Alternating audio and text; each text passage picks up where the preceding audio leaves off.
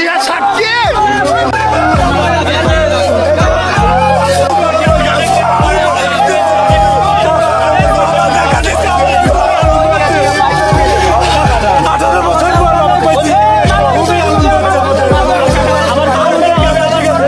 এটা ওজন কেমন?